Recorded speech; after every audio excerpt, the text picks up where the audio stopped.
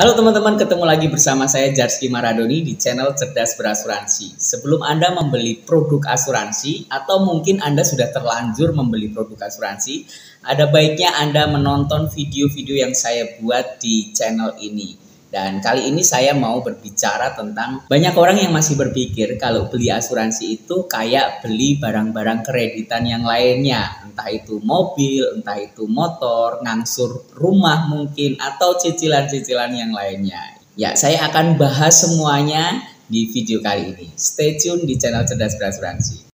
Perhatian, semua video di channel ini hanya bertujuan untuk edukasi dan informasi. Channel ini tidak bertujuan untuk menjelek-jelekan salah satu perusahaan asuransi. Channel ini bukan untuk media jualan asuransi. Jika Anda berminat mengikuti program asuransi, mohon dapat menghubungi kami secara pribadi untuk tindak lanjut. Silahkan subscribe channel ini, komen, like, dan share sebanyak-banyaknya. Selamat menikmati, salam cerdas berasuransi. Oke teman-teman, seperti yang saya sampaikan tadi, ternyata masih banyak orang yang mungkin ragu ikut asuransi karena berpikir nanti aku takut nggak bisa setor lagi, takut yang namanya denda, takut yang namanya ya hampir disamakan dengan dia mau beli barang-barang konsumtif lainnya, barang-barang kreditan lainnya, ya entah itu motor, mobil, rumah atau angsuran-angsuran lainnya, ya. Tergantung dari sudut pandang mana kita melihatnya, ya bisa sama bisa enggak ya. Yang jelas namanya ikut asuransi, beli asuransi, dan juga beli motor, beli mobil, angsuran-angsuran yang lainnya itu yang jelas persamaannya adalah sama-sama harus dibayar, ya. Sama-sama harus dibayar. Nggak boleh dong kita sudah ikut asuransi, sudah berani beli mobil, berani beli motor, terus kita nggak bayar, nggak boleh dong ya. Jadi persamaannya harus sama-sama dibayar. Nah kali ini saya mau berbicara, saya temukan sedikitnya ada 4 perbedaan antara bayar asuransi dan bayar angsuran-angsuran yang lainnya ya. Yang pertama adalah waktu tenggang atau waktu leluasa. Ya, teman-teman kalau teman-teman ambil cicilan motor, cicilan mobil seperti itu, pasti ada yang namanya jatuh tempo. Betul ya. Ambil KPR rumah pasti ada yang namanya jatuh tempo. Setiap tanggal 1 misalnya, setiap tanggal 1 teman-teman harus bayar, oke? Dan ketika itu lewat ya, rasa-rasanya nggak ada yang namanya waktu tenggang ya. Tanggal 1 kalau bisa tanggal 1 nggak boleh lewat, harus dibayar tepat di tanggal 1-nya itu, betul ya, seperti itu. Nah itu teman-teman kalau kita ikut atau bayar angsuran nyicil di produk-produk yang lain. Nah kalau di produk asuransi itu ada yang namanya waktu tenggang, ada namanya waktu leluasa. Misal teman-teman jatuh tempo di tanggal 1, tanggal 1 sudah lewat, teman-teman belum ada dana untuk membayar, teman-teman masih punya waktu tenggang. Berapa waktu tenggangnya, waktu leluasanya? Sehari, 2 hari, seminggu, 10 hari ya. Yang saya ketahui di produk yang saya jual, waktu tenggang atau waktu leluasanya itu sampai 29 hari ya.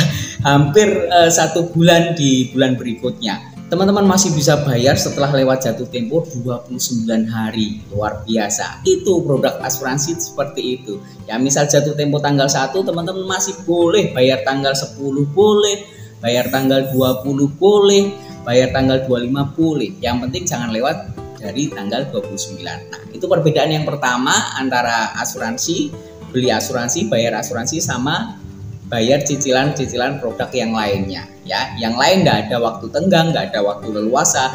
Kalau asuransi boleh lewat jatuh tempo boleh ya, tidak lebih dari 29 hari. Oke, yang kedua denda ya. Pasti kalau teman-teman beli produk yang lainnya, cicilan lainnya, motor, mobil, rumah, kalau lewat dari jatuh tempo pasti ada denda. Ya betul ya, ada denda. Gak usah jauh-jauh, mohon maaf sekali kalau ikut asuransi pemerintah itu pun jatuh temponya juga nggak ada, setahu saya nggak ada waktu leluasanya.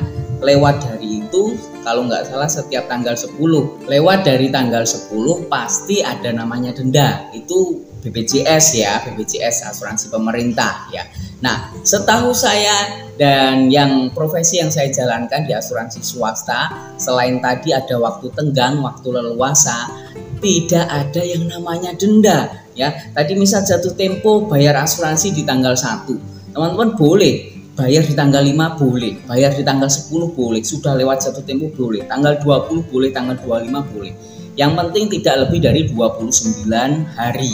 Dan kalau bayar di tanggal 10, 20 atau 25 sebelum 29 hari, apakah ada denda? Tidak ada denda ya. Teman-teman tetap bayar premi sesuai nominal setiap bulannya atau setiap tahunnya sesuai kontrak asuransi yang dibeli teman-teman ya. Jadi tidak ada yang namanya denda. Oke. Yang ketiga, saya mau bicara tentang jumlah uang yang dibayar. Nah, teman-teman kalau beli produk misalnya mobil, motor, kemudian beli ya hampir produk-produk konsumtif lainnya.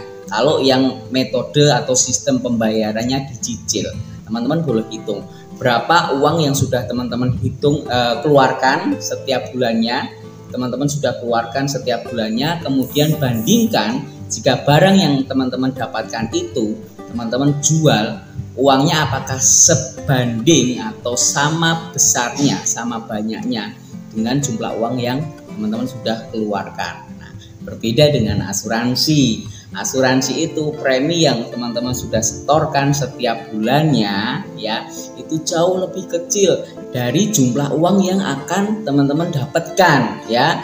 Entah itu diterima oleh teman-teman sendiri atau entah itu diterima oleh keluarga teman-teman sendiri kalau produk asuransinya yang berkaitan namanya warisan ya, seperti itu. Jadi yang ketiga, jumlah uang yang dibayar ya, kalau produk yang lainnya itu teman-teman lebih besar daripada jumlah uang yang teman-teman terima.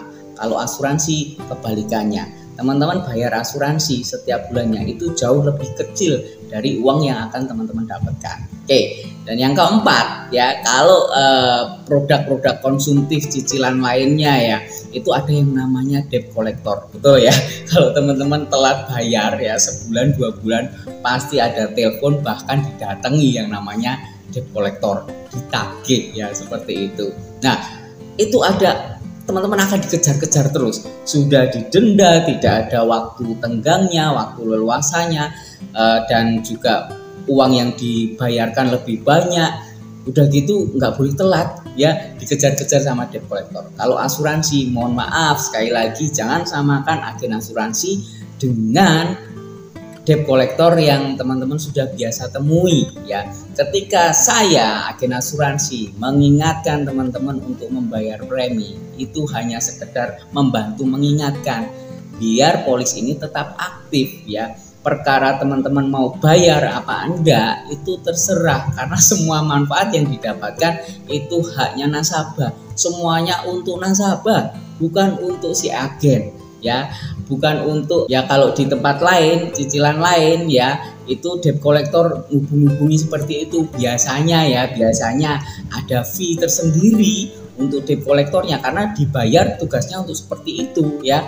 Kalau kami sebagai agen asuransi, sebagai tenaga pemasaran mengingatkan Anda untuk membayar premi yang sudah lewat jatuh tempo ya, tidak ada fee tersendiri ya, karena kami hanya sekedar mengingatkan. Perkara mau bayar apa Anda terserah nasabah ya, karena semua manfaatnya untuk Anda nasabah. Oke, kesimpulannya adalah bayar premi asuransi dan angsuran cicilan-cicilan yang lainnya itu jelas jauh berbeda ya. Persamaannya hanya satu, tadi di awal saya sampaikan, persamaannya sama-sama harus bayar. Kalau teman-teman ikut asuransi ya harus bayar. Kalau teman-teman sudah terlanjur beli mobil, beli motor ya harus bayar sampai tenor yang sudah ditentukan ya, persamaannya itu.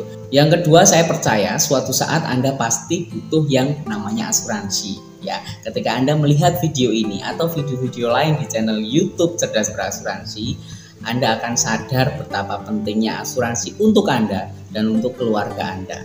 Tapi sayangnya ketika Anda sudah sadar, mungkin usia Anda sudah bertambah dan juga premi yang harus Anda keluarkan lebih mahal, atau bahkan Anda ditolak karena Anda sudah punya riwayat sakit.